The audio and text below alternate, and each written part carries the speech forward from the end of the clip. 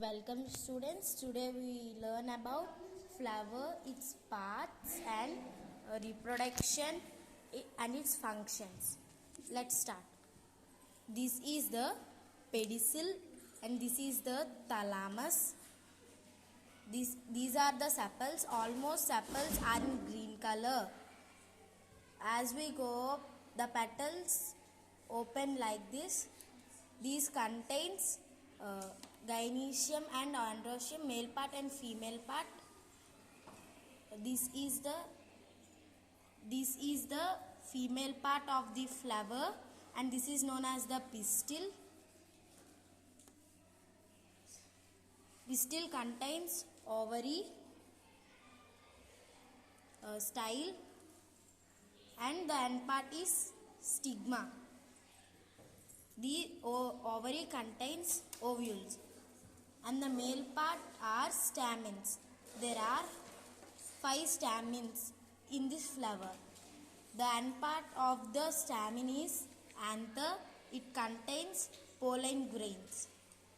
This is connected with thalamus and insects. Now coming from the reproduction, insects carry pollen grains from anther to stigma, which is known as pollination. From stigma it travels through style and reaches ovary. In ovary, ovules and pollen grains combine with each other. After that, the ovary which is known as fertilization. After, ovary becomes into fruit and ovules become into seeds. So you are saying that after fertilization, ovary becomes into fruit, right? What about the seeds? Thus, ovules become into seeds. Ovules become into seeds. Okay. What is this part called? Here, this part. This part is called pistil. Pistil.